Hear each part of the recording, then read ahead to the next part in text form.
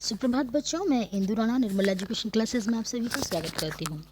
तो चलिए आज हम वसंत कक्षा 6 के पाठ 10 का अध्ययन करते हैं। यह सुभद्रा कुमारी चौहान द्वारा रचित है। यह एक कविता है। इस कविता के माध्यम से झांसी की रानी के बारे में सुभद्रा कुमारी चौहान ने अपने कुछ विचार प्रस्तुत किए हैं। उनकी इस कविता का नाम है झांसी की रानी। प्रस्तुत कविता में कवित्री ने वीरांगना झांसी की रानी लक्ष्मीबाई के साहसिक जीवन गाथा का परिचय दिया है। इसमें बताया है कि किस प्रकार देश की रक्षा के लिए उन्होंने अंग्रेज़ों से लड़ते लड़ते अपने प्राणों का बलिदान दे दिया था। तो चलिए प्यारे बच्चों, आज हम सुभद्रा कुमारी चौहान द्वारा रचित झांसी की रानी का अध्ययन करते हैं। सिंहासन हिल उठे, राजवंशों ने भ्रकुटी तानी थी। बूढ़े भारत में भी आई फिर से नई जवानी थी। गुमी हुई आज़ादी की कीमत सबने पहचानी थी। दूर फिरंगी को करने की सबने मन में ठानी थी। भ्रकुटी तानना का अर्थ होता है प्यारे बच्चों क्रोध में भरना या गुस्सा आना। प्रस्तुत पंक्तियाँ सुभद्रा कुमारी चौहान द्वारा रचित कविता झांसी की रानी से ली गई हैं। इस कविता में सन 1857 में झांसी की रानी लक्ष्मीबाई की वीरता और उनके बलिदान का सुंदर वर्णन किया गया है। सरलार्थ, कवियत्री कहती हैं कि अंग्रेज़ों की कुटिल नीति के कारण देशी राजाओं के सिंहासन हिल उठे, अर्थात देशी राजा विद्रोह करने के लिए तैयार हो गए। राजवंशों ने भ्रकुटियां तान लीं, वे गुस्से में आ गए। उस समय ऐसा लगता था मानो बूढ़े भारत में फिर से नई जवानी आ गई हो। खोई हुई आज़ादी का मूल्य सभी ने जान लिया था। अंग्रेज़ों को इस देश से दूर करने के लिए सभी ने मिलकर पक्का इरादा कर लिया था।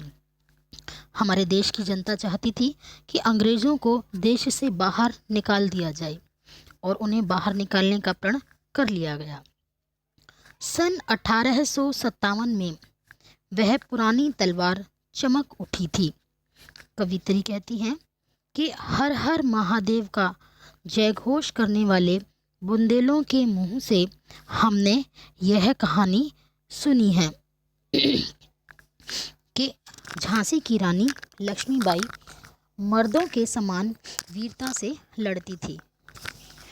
भाव यह है कि सन 1857 में पूरे भारत में अंग्रेज़ों के विरुद्ध विद्रोह की भावना भड़क उठी थी। कानपुर के नाना की मुँह बोली बहन छबीली थी। लक्ष्मीबाई नाम पिता की वह संतान अकेली थी। झांसी की रानी लक्ष्मीबाई का परिचय देते हुए कवित्री कहती है कि उनके बचपन का नाम छबीली था। वह कानपुर के पेशवा नाना धुंधु पंत की मुँह बोली बहन थी। वह अपने पिता मोरो पंत नाना की इकलौती संतान थी। नाना और लक्ष्मीबाई दोनों साथ साथ पढ़ते थे और साथ साथ खेलते थे। नाना के संग पढ़ती थी वह, नाना के संग खेली थी। बरछी ढाल कृपाण कटारी उसकी यही सहेली थी। जिस तरह लड़कियों के खिलौने गुड़िया इत्यादि होते हैं, किंतु लक्ष्मीबाई के साथ ऐसा बिल्कुल भी नहीं था। नाना धुंधु पंत और लक्ष्मीबाई दोनों ही मिलकर ढाल, तलवार, बरछी, कृपाण, कटार इन सब के साथ खेलते थे। ये सब लक्ष्मीबाई की सहेलियां थीं, अर्थात झांसी की रानी, छबीली, मनु, इनके बहुत सारे नाम हैं। वीर शिवाजी की गाथाएं उसको याद जुबानी थी। बुंदेले हरबोलों के मुँह हमने सुनी कहानी थी। खूब लड़ी मर्दानी वह तो झांसी वाली रानी थी। कवित्री कहती है कि उसके संबंध में हमने बुंदेलखंड के गवैयों के मुँह से सुना है कि वह मर्दों के समान वीरता से लड़ती थी। उन्हें शिवाजी की कहानियाँ याद थी। भावार्थ यह है कि झांसी की रानी लक्ष्मीबाई को बचपन से ही अस्त्र शस्त्र चलाने में निपुणता प्राप्त थी। लक्ष्मी थी या दुर्गा थी, वह स्वयं वीरता की अवतार। देख मराठे पुलकित होते, उसकी तलवारों के वार। नकली युद्ध व्यूह की रचना और खेलना खूब शिकार। सैन्य घेरना, दुर्ग तोड़ना, ये थे उसके प्रिय खिलवाड़। अवतार का अर्थ होता है विशेष रूप से जन्म लेना, पुलकित प्रसन्न होना, व्यूह रचना करना, मोर्चा बनाना। जब कोई युद्ध लड़ा जाता है उसके लिए व्यूह रचना की जाती है, अर्थात मोर्चे बनाए जाते हैं। दुर्ग तोड़ना, जो किले होते थे उनको तोड़ना। प्रसंग प्रस्तुत पंक्तियां सुभद्रा कुमारी चौहान द्वारा रचित कविता झांसी की रानी से ली गई हैं। इस कविता में झांसी की रानी लक्ष्मीबाई के बचपन से लेकर उसके बलिदान तक का सुंदर चित्रण किया गया है। सरलार्थ कवित्री कहती हैं कि महारानी लक्ष्मीबाई स्वयं वीरता की अवतार थी। उन्हें चाहे लक्ष्मी कहो या दुष्टों का संहार करने वाली माँ दुर्गा, उसकी तलवार चलाने की कुशलता को देखकर मराठे पुलकित होते थे, अर्थात मराठे प्रसन्न हो जाते थे कि उन्हें कितनी महारत हासिल है तलवार चलाने में। दो दल बनाकर बनावटी युद्ध करना, वो नकली युद्ध करने की खेल खेलती थी और उसमें सेना को फंसाती थी, शिकार करती थी। ये सब उनके प्रिय खेल थे, प्रिय शौक थे। सेना को चारों ओर से घेरकर फंसाना, नकली दुर्ग तोड़ना या व्यूह रचना करना, ऐसे खेल खेलने में उन्हें अत्यंत आनंद प्राप्त होता था। वह एक कुशल संचालक और बहादुर योद्धा थी। महाराष्ट्र कुल देवी उसकी थी, आराध्य भवानी थी। बुंदेले हरबोलों के मुँह, हमने सुनी कहानी थी। खूब लड़ी मर्दानी, वह तो झांसी वाली रानी थी। महाराष्ट्र में कुल की देवी के रूप में प्रतिष्ठित माँ भवानी उनकी इष्ट देवी थी। कवित्री कहती हैं कि बुंदेलखंड के लोगों के मुंह से, जो बुंदेलखंड के हरबोले होते हैं जो वहाँ के राजाओं के बारे में कुछ गान करते हैं, वो गवैये, भाल, भाट और हरबोले, इनका यही सब कहा जाता है। बुंदेलखंड के हरबोलों के मुंह से हमने झांसी की रानी की वीरता की यह कहानी सुनी है कि वह किस प्रकार मर्दों के समान बहादुरी से लड़ती थी। भावार्थ यह है कि झांसी की रानी लक्ष्मीबाई बचपन से ही युद्ध प्रिय थी। उन्हें युद्ध करना अच्छा लगता था। हुई वीरता की वैभव के साथ सगाई झांसी में, ब्याह हुआ रानी बन आई लक्ष्मीबाई झांसी में। वीरता अर्थात बहादुरी। प्रस्तुत कविता में कवित्री बताती हैं कि वीरता की वैभव के साथ सगाई हो गई, अर्थात वीरांगना छबीली का विवाह झांसी के राजा गंगाधर राव के साथ हुआ और ऐसा प्रतीत होता था जैसे वीरता और वैभव का विवाह संपन्न हुआ है।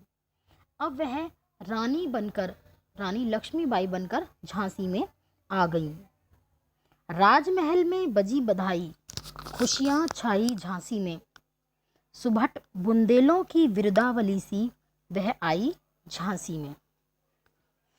कवित्री कहती हैं कि राजमहल में बधाई के बाजे बजने लगे, नगर में चारों ओर खुशियां ही खुशियां छा गईं। उनका राजा गंगाधर राव से विवाह हुआ और पूरी झांसी खुशी से भर उठी। कवित्री कहती हैं कि बुंदेलखंड के गवैयों के मुंह से हमने वीरांगना झांसी की रानी की बहादुरी के चर्चे सुने हैं। चित्रा ने अर्जुन को पाया, शिव से मिली बानी थी। कवित्री कहती हैं कि जिस प्रकार चित्रा का विवाह अर्जुन से हुआ था और भगवान शिव को विवाह के पश्चात अर्धांगिनी के रूप में माता भवानी प्राप्त हुई थी। ठीक उसी प्रकार राजा गंगाधर राव और लक्ष्मीबाई का विवाह संपन्न हुआ। बुंदेलखंड के हरबोलों के मुंह से हमने उनकी वीरता की कहानियां सुनी हुई हैं। भावार्थ यह है कि लक्ष्मीबाई का विवाह झांसी के राजकुमार गंगाधर राव के साथ संपन्न हुआ और वह झांसी की रानी बनकर लक्ष्मीबाई झांसी में आ गईं। उदित हुआ सौभाग्य, उदित यानी उदय हुआ, मुदित महलों में उजियाली छाई। विवाह के पश्चात लक्ष्मीबाई जब झांसी में आई तो उनके भाग्य का सितारा चमक उठा और खुशियों से महल भर गया। किंतु कालगति चुपके चुपके काली घटा घेर लाई। किंतु शायद भाग्य को कुछ और ही मंजूर था और कालगति धीरे धीरे काली घटा बनकर आ गई, अर्थात राजा की मृत्यु हो गई और हथियार उठाने वाले हाथों को चूड़ियां रास नहीं आ पाईं। शायद विधाता को भी कुछ और ही मंजूर था। तीर चलाने वाले कर में उसे चूड़ियां कब भाईं, रानी विधवा हुई हाय, विधि को भी नहीं दया आई। कवित्री कहती हैं कि तीर चलाने वाले हाथों में शायद विधाता को भी चूड़ियां मंजूर नहीं थी और राजा के देहांत के पश्चात रानी विधवा हो गईं।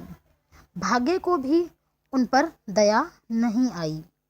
भावार्थ यह है कि राजा गंगाधर राव की मृत्यु के पश्चात पूरी झांसी निराशा में डूब गई। बुझा दीप झांसी का तब, डलहौजी मन में हर्षाया। राज्य हड़प करने का उसने यह अच्छा अवसर पाया।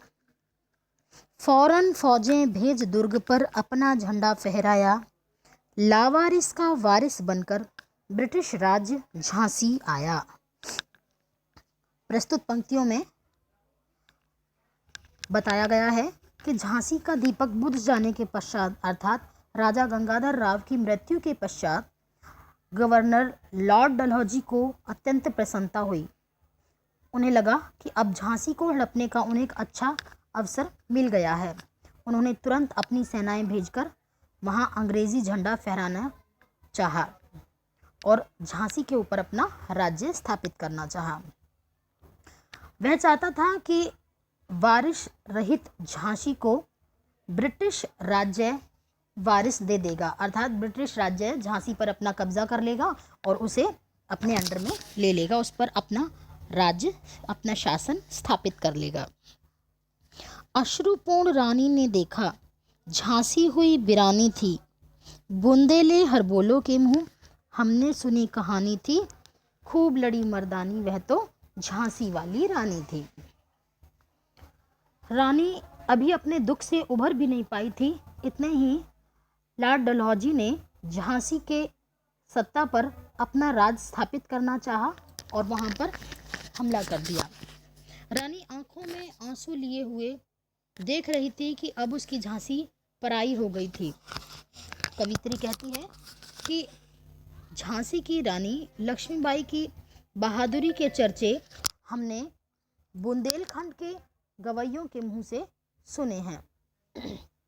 और भावार्थ यह है कि लॉर्ड डलहौजी ने झांसी के राजा गंगाधर राव की मृत्यु होते ही झांसी को विलय नीति के तहत अंग्रेजी राज्य में मिला लेना चाहा। उन्होंने विनय नहीं सुनता है, विकट फिरंगी की माया, व्यापारी बन दया चाहता था जब यह भारत आया। डलहौजी ने पैर पसारे अब तो पलट गई काया, राजाओं नवाबों को भी उसने पैरों ठुकराया। रानी दासी बनी बनी यह दासी अब महारानी थी, बुंदेले हरबोलों के मुंह हमने सुनी कहानी थी, खूब लड़ी मर्दानी वह तो झांसी वाली रानी थी। प्रसंग प्रस्तुत पंक्तियां सुभद्रा कुमारी चौहान द्वारा रचित कविता झांसी की रानी से ली गई हैं। इस कविता में झांसी की रानी लक्ष्मीबाई की वीरता और उनके बलिदान का सुंदर वर्णन किया गया है। सरलार्थ झांसी के राजा गंगाधर राव की मृत्यु हो गई। राजा के निस्संतान मरने पर लॉर्ड डलहौजी ने झांसी के राज्य को अंग्रेजी राज्य में मिला लिया।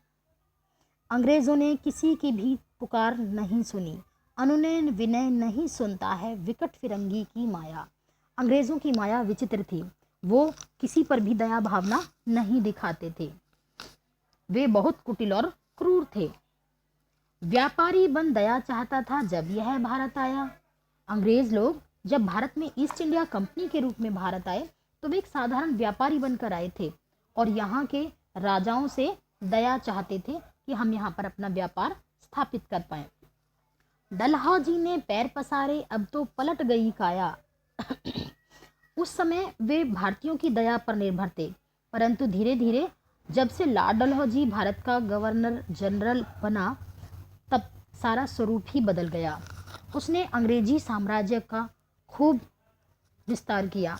उसने भारत पर एकाधिकार करके यहाँ के बड़े बड़े राजाओं और नवाबों को अपने पैरों तले ठुकरा दिया, अर्थात रौंद दिया, और उनके शासन सत्ता पर अपना कब्जा जमा लिया।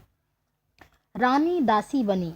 झांसी की रानी अब अंग्रेजी राज्य की दासी हो गई थी।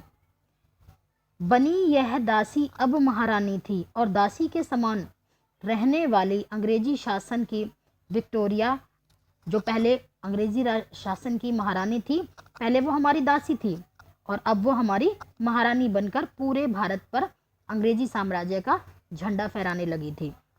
कवित्री कहती है कि हर हर महादेव का जय घोष करने वाले बुंदेलखंड के गवैयों के मुंह से हमने यह कथा सुनी हुई है कि झांसी की रानी लक्ष्मीबाई मर्दों के समान लड़ने वाली स्त्री थी और वह वीरांगना थी। भावार्थ यह है कि लॉर्ड डलहौजी ने अंग्रेजी साम्राज्य को फैलाने में अपना महत्वपूर्ण योगदान दिया। उसी ने ही भारत पर धीरे धीरे अंग्रेजी साम्राज्य स्थापित करवा दिया। छिनी राजधानी दिल्ली की, लिया लखनऊ बातों बात। कैद पेशवा था बिठूर में, हुआ नागपुर का भी घात। सरलार्थ यह है कि अंग्रेज़ों ने धीरे धीरे भारत पर एकाधिकार जमाना शुरू कर दिया। भारत की राजधानी दिल्ली के अतिरिक्त लखनऊ को भी उन्होंने जीत लिया। बिठूर के पेशवा बाजीराव को बंदी बना लिया गया और नागपुर पर भी घातक हमला कर दिया गया। उदयपुर, तंजौर, सतारा कर्नाटक की कौन बिसात, जबकि सिंध, पंजाब, बर्मा पर अभी हुआ था वज्रनिपात। इसी प्रकार जिस प्रकार दिल्ली, लखनऊ, इन सबको अंग्रेज़ों ने अपने कब्जे में ले लिया था, ठीक इसी प्रकार उदयपुर, तंजौर, सतारा, कर्नाटक आदि भी अंग्रेज़ों के सामने न ठहर सके। सिंध, पंजाब, बर्मा आदि सभी प्रदेशों पर अंग्रेज़ों ने अपनी शासन सत्ता जमा ली थी।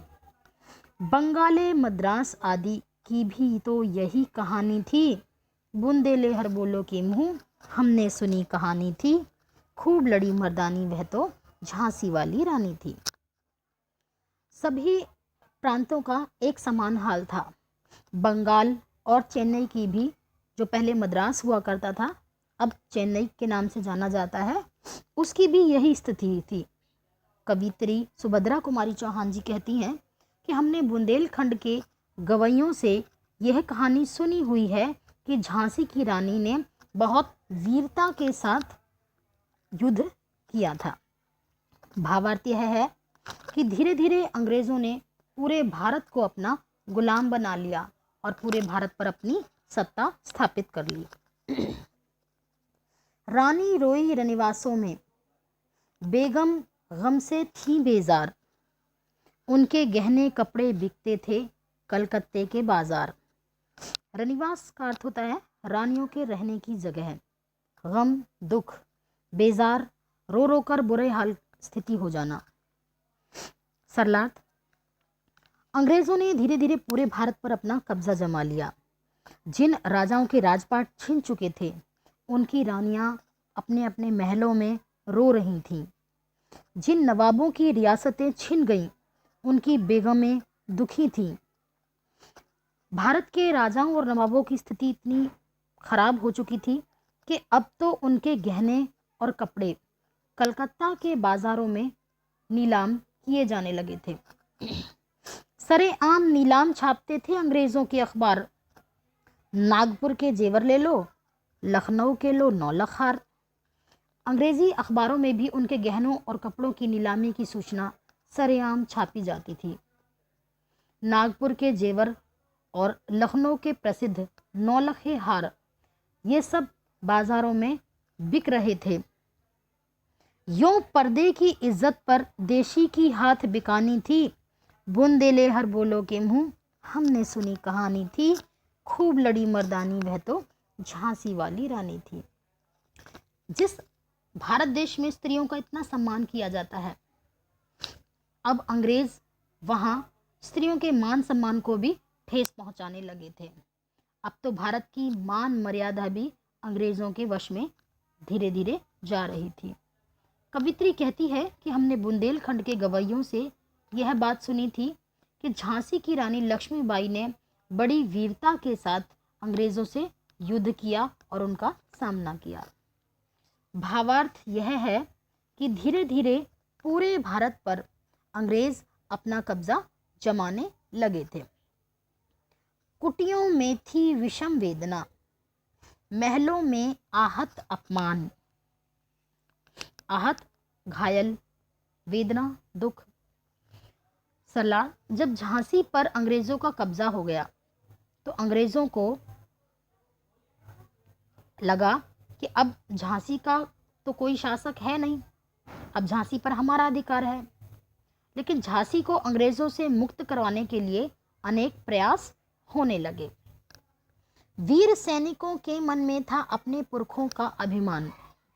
झांसी में रहने वाले जो व्यक्ति थे उनके मन में अंग्रेजों के प्रति विद्रोह था।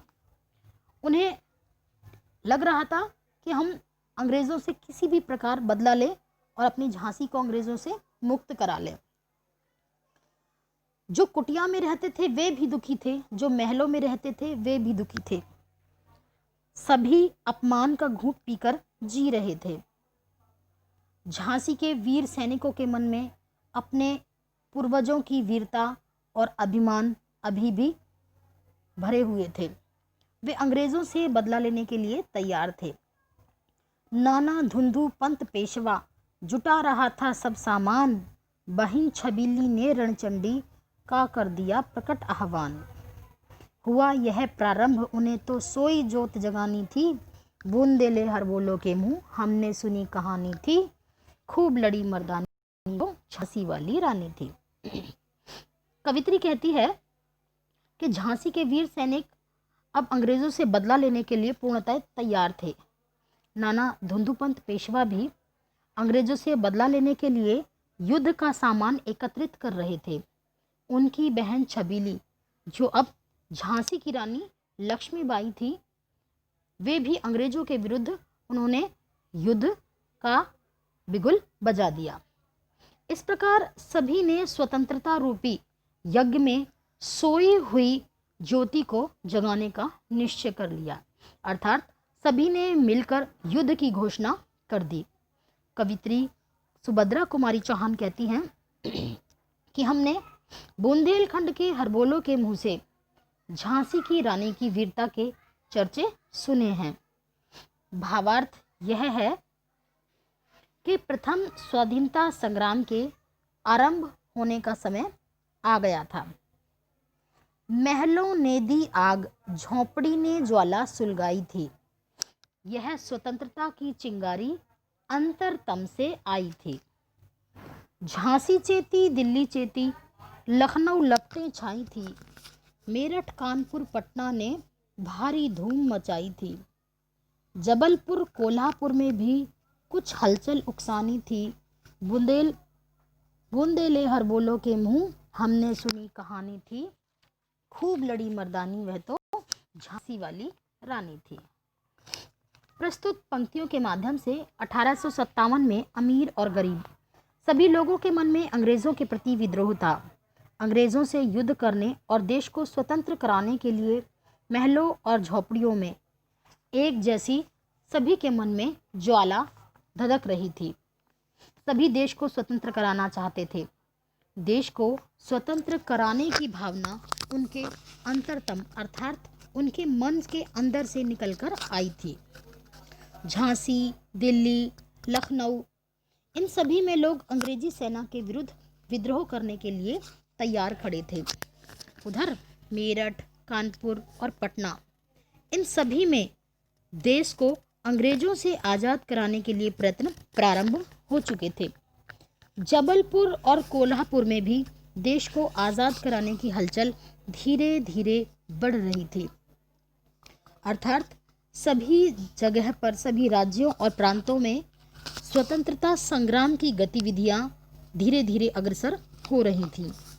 कवित्री कहती है कि बुंदेलखंड के गवैयों के मुंह से हमने यह कहानी सुनी थी कि झांसी की रानी मर्दों के समान मर्दानी बनकर अंग्रेजों से युद्ध करती थी। भावार्थ यह है कि धीरे धीरे पूरे देश में अंग्रेजों के विरुद्ध विद्रोह की लहर फैल गई थी। इस स्वतंत्रता महायज्ञ में कई वीरवर आए काम।